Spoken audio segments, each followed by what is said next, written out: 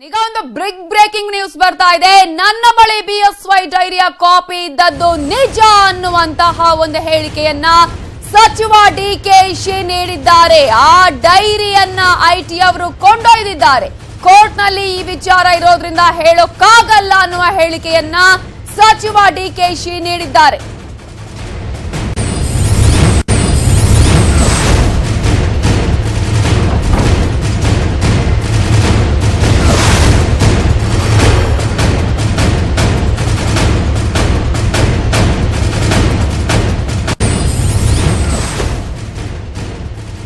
ನನ್ನ ಬಳಿ BSY ಡೈರಿಯ copy ಇದ್ದದ್ದು ನಿಜ ಅನ್ನುವಂತಹ ಹೇಳಿಕೆಯನ್ನ ಡಿಕೆಶಿ ಈಗಾಗಲೇ ನೀಡಿದ್ದು, ಆ ಡೈರಿಯವರನ್ನ ಐಟಿ ಅವರು ಕೊಂಡೊಯ್ದಿದ್ದಾರೆ ಅನ್ನುವಂತಹ ಹೇಳಿಕೆ ಈಗ ಡಿಕೆ ಶಿವಕುಮಾರ್ ಅವರಿಂದ ಬಂದಿದೆ. ಆ ವಿಚಾರ ಕೋರ್ಟ್ ನಲ್ಲಿ ಇರೋದ್ರಿಂದ ನಾನೀಗ ಹೇಳೋದಿಕ್ಕೆ ಆಗೋದಿಲ್ಲ ಅನ್ನುವಂತಹ ಹೇಳಿಕೆಯನ್ನ ಕೂಡ ಕೊಟ್ಟಿದ್ದಾರೆ. ನಮ್ಮ ಹತ್ತಿರ ಯಾರ್ಯಾರದ್ದೋ ಸೀಕ್ರೆಟ್ಸ್ ಇರ್ತವೆ, ಎಲ್ಲವನ್ನ ಈಗ ಹೇಳೋಕೆ ಆಗೋಲ್ಲ. ಶಿವಮೊಗ್ಗದಲ್ಲಿ ಸಚಿವ ಡಿಕೆ ಶಿವಕುಮಾರ್ ಹೇಳಿಕೆಯನ್ನ ಕೂಡ ಕೊಟ್ಟಿದ್ದಾರೆ.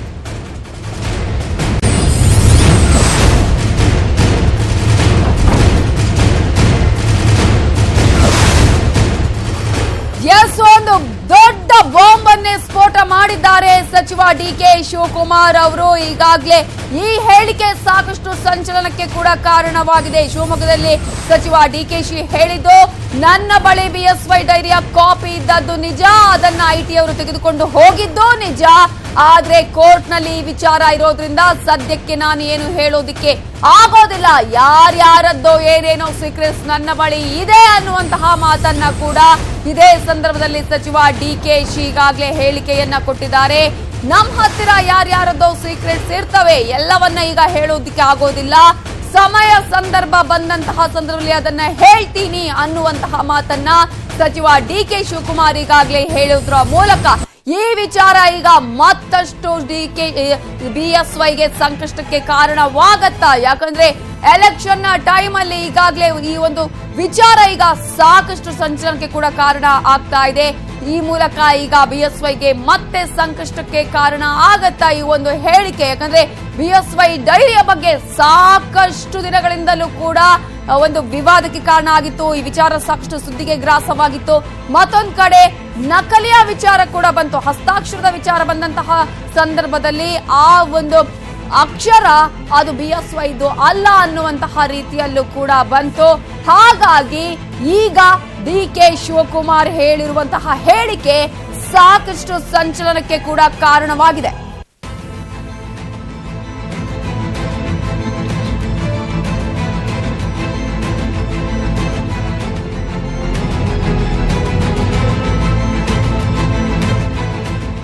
ಸಚಿವ ಡಿಕೆಶಿ ಕೊಟ್ಟಂತಹ ಹೇಳಿಕೆ ಸಾಕಷ್ಟು ಸಂಚಲನಕ್ಕೆ ಕಾರಣ ಆಗಿದೆ. ಒಂದು ರೀತಿಯಲ್ಲಿ ಬಿಎಸ್ವೈ ಡೈರಿಯ ಬಗ್ಗೆ ಪ್ರತಿದಿನ ಒಂದೊಂದು ಸುದ್ದಿಗಳು ಬರ್ತಾನೆ ಇದೆ. ಆ ಒಂದು ಸುದ್ದಿಗೆ ಸಂಬಂಧಪಟ್ಟ ಹಾಗೆ ಈಗ ಸಚಿವ ಡಿಕೆಶಿ ಮತ್ತೊಂದು ಬಾಂಬ್ ಅನ್ನ ಸಿಡಿಸಿದ್ದಾರೆ. ಅದುವೇ ಬಿಎಸ್ವೈ ಅವರ ಹಸ್ತಾಕ್ಷರ ಇದ್ದಂತಹ ಕಾಪಿ, ಆ ಡೈರಿಯ ಕಾಪಿ ನನ್ನಲ್ಲಿ ಇದ್ದದ್ದು ನಿಜ ಅನ್ನೋದನ್ನ ಕೂಡ ಈಗಾಗಲೇ ಸಚಿವ ಡಿಕೆಶಿ ಹೇಳಿದ್ದಾರೆ. ಅದನ್ನ ಐಟಿ ಅವರು ತೆಗೆದುಕೊಂಡು ಹೋಗಿದ್ದು ನಿಜ ಅನ್ನೋದನ್ನ ಒಪ್ಪಿಕೊಂಡಿದ್ದಾರೆ.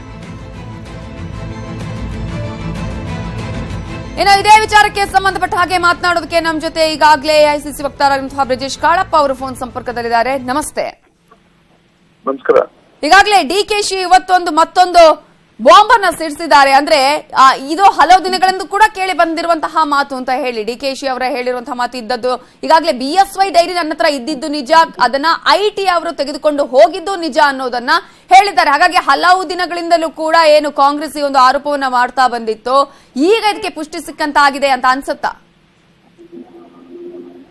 ಇಲ್ಲ, ಶಿವಕುಮಾರ್ ಅವ್ರ ಡೈರಿ ಸತ್ಯ ಒಂದು. ಆಮೇಲೆ ಎರಡನೇದು, ಈ ಡೈರಿ ಹೇಗ್ ಬಂತು ಅಂತ ಹೇಳಿದ್ರೆ, ಅದು ಈಶ್ವರಪ್ಪನವ್ರಿಗೂ ಯಡಿಯೂರಪ್ಪನವ್ರಿಗೂ ಅವರ ಪ್ರೈವೇಟ್ ಸೆಕ್ರೆಟರಿಗಳು ಜಗಳ ಆಡ್ಕೊಂಡು ಅದು ಇದೆಲ್ಲ ಆಗಿ ವಿನಯ್ ಮತ್ತು ಸಂತೋಷ್. ಅದು ಹಲೋ ವಿನಯ್ ಮತ್ತು ಸಂತೋಷ್ ಬಗ್ಗೆ ಹೌದೌದು. ಸೊ ಆ ಕಾರಣದಿಂದ ಇವ್ರ ಹತ್ರ ಡೈರಿ ಬಂದಿದೆ.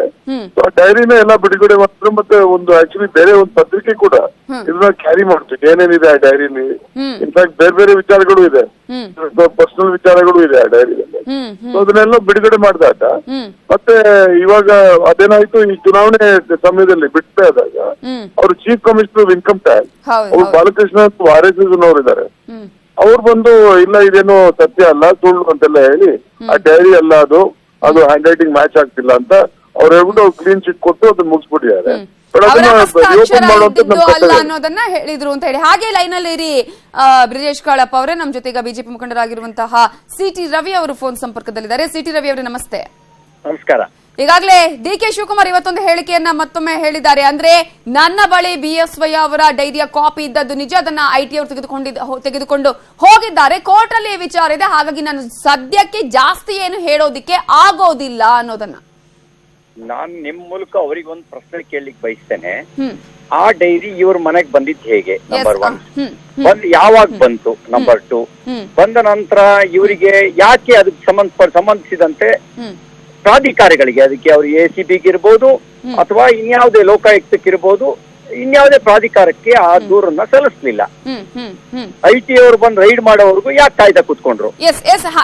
ಸಿ.ಟಿ. ರವಿ ಅವರೇ, ನಿಮ್ಮ ಈ ಪ್ರಶ್ನೆಗೆ ಬ್ರಿಜೇಶ್ ಕಾಳಪ್ಪ ಅವ್ರು ಲೈನ್ ಅಲ್ಲಿ ಇದ್ದಾರೆ, ಅವ್ರು ಆನ್ಸರ್ ಮಾಡ್ತಾರೆ ಅಂತ ಅನ್ಕೊಳ್ತೀನಿ. ಯಾಕಂದ್ರೆ ಈಗಾಗಲೇ ಅವರು ಕೂಡ ಆ ಒಂದು ಪ್ರಶ್ನೆಗೆ ಉತ್ತರವನ್ನ ಹೇಳ್ತಾ ಇದ್ರು. ಬ್ರಿಜೇಶ್ ಕಾಳಪ್ಪ ಅವರು ಸಿ.ಟಿ. ರವಿ ಅವರ ಪ್ರಶ್ನೆಯನ್ನ ಕೇಳಿದ್ರಿ ಅಂತ ಅನ್ಕೋತೀನಿ ನಾನು.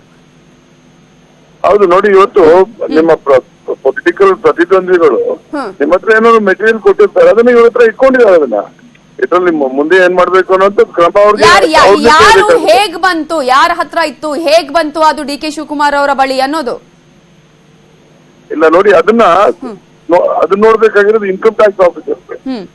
ಇನ್ಕಮ್ ಟ್ಯಾಕ್ಸ್ ಹತ್ರ ಅವ್ರ ಕೆಲಸ ಏನು, ಅವ್ರ ಡ್ಯೂಟಿ ಏನು? ಇನ್ಕಮ್ ಟ್ಯಾಕ್ಸ್ ಆಫೀಸರ್ ಅವ್ರ ಡ್ಯೂಟಿ ಇರೋದು ಎಲ್ಲಿ ತೆರಿಗೆ ಅವ್ರಿಗೆ ವಂಚನೆ ಆಗಿದೆ ಅದನ್ನ ಅವ್ರಿಗೆ ಹೇಗಾದ್ರೂ ಮಾಡಿ ಕಲೆಕ್ಟ್ ಮಾಡ್ಕೊಳ್ಳೋಂಥದ್ದು ಕೆಲಸ ತಾನೆ. ಸೊ ಇವಾಗ ಇಂತ ಒಂದು ಮೆಟೀರಿಯಲ್ ಬಂತು ಅಂತ ಹೇಳಿದ್ರೆ ಫಸ್ಟ್ ಇವಾಗ ಆಫೀಸರ್ ಏನ್ ಮಾಡ್ತಾರೆ, ಅದನ್ನ SFI ಅವ್ರಿಗೆ ರೆಫರ್ ಮಾಡ್ತಾರೆ. ಅಂದ್ರೆ suspicious and fraud investigation department ಇರುತ್ತೆ, ಅದಕ್ಕೆ ರೆಫರ್ ಮಾಡ್ತಾರೆ.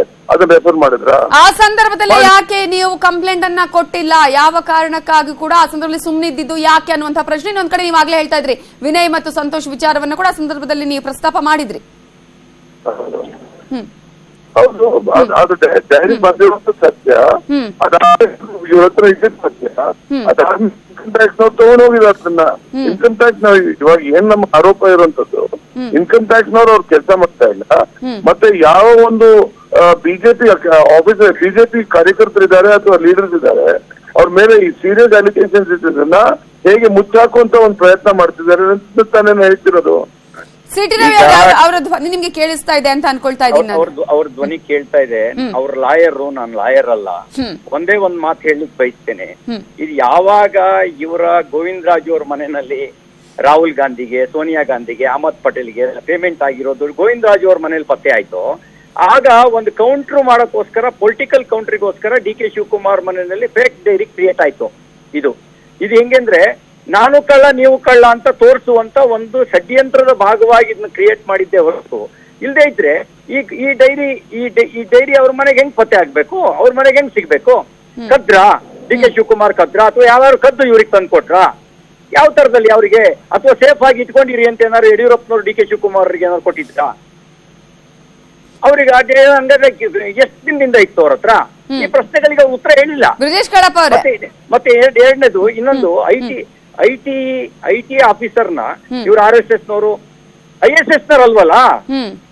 ಈಗ RSS ನವರು IT ಆಫೀಸರ್ ಆಗ್ಬಾರ್ದು ಅಂತ ಇಲ್ಲ, ISS ನವರು ಆಗ್ಬಾರ್ದು. ಕಾಂಗ್ರೆಸ್ ಜೊತೆಗೆ, ಕಾಂಗ್ರೆಸ್ಗೆ ISS ಜೊತೆಗೆ ಸಂಬಂಧ ಇದೆ, ISIS ಜೊತೆಗೆ.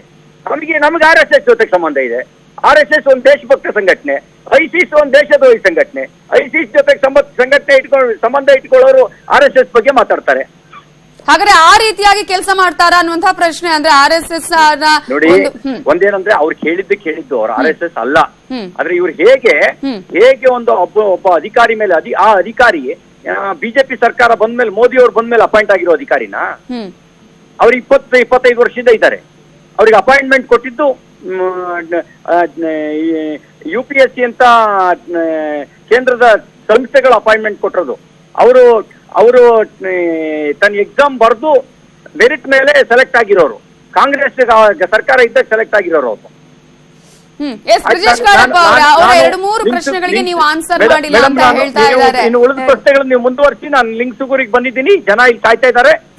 ಸಿಟಿ ರವಿ ಹಾಗೆ ಒಂದ್ ಸೆಕೆಂಡ್. ಎಸ್ ಸಿಟಿ ರವಿ ಅವರ ಫೋನ್ ಸಂಪರ್ಕ ಕಡಿತಗೊಂಡಿದೆ ಈಗಾಗಲೇ. ಬ್ರಿಜೇಶ್ ಕಾಳಪ್ಪ ಅವರೇ ಒಂದಷ್ಟು ಪ್ರಶ್ನೆಗಳು ಕೇಳಿದ್ರು, ಯಾವಾಗ ಬಂತು, ಯಾವ ಕಾರಣಕ್ಕಾಗಿ ಬಂತು, ಎಲ್ಲಿಂದ ಯಡಿಯೂರಪ್ಪ ಅವರೇನಾದ್ರು ಕೊಟ್ಟಿದ್ರ ನೀವು ಇಟ್ಕೊಳ್ಳಿ ಅಂತ ಹೇಳಿ.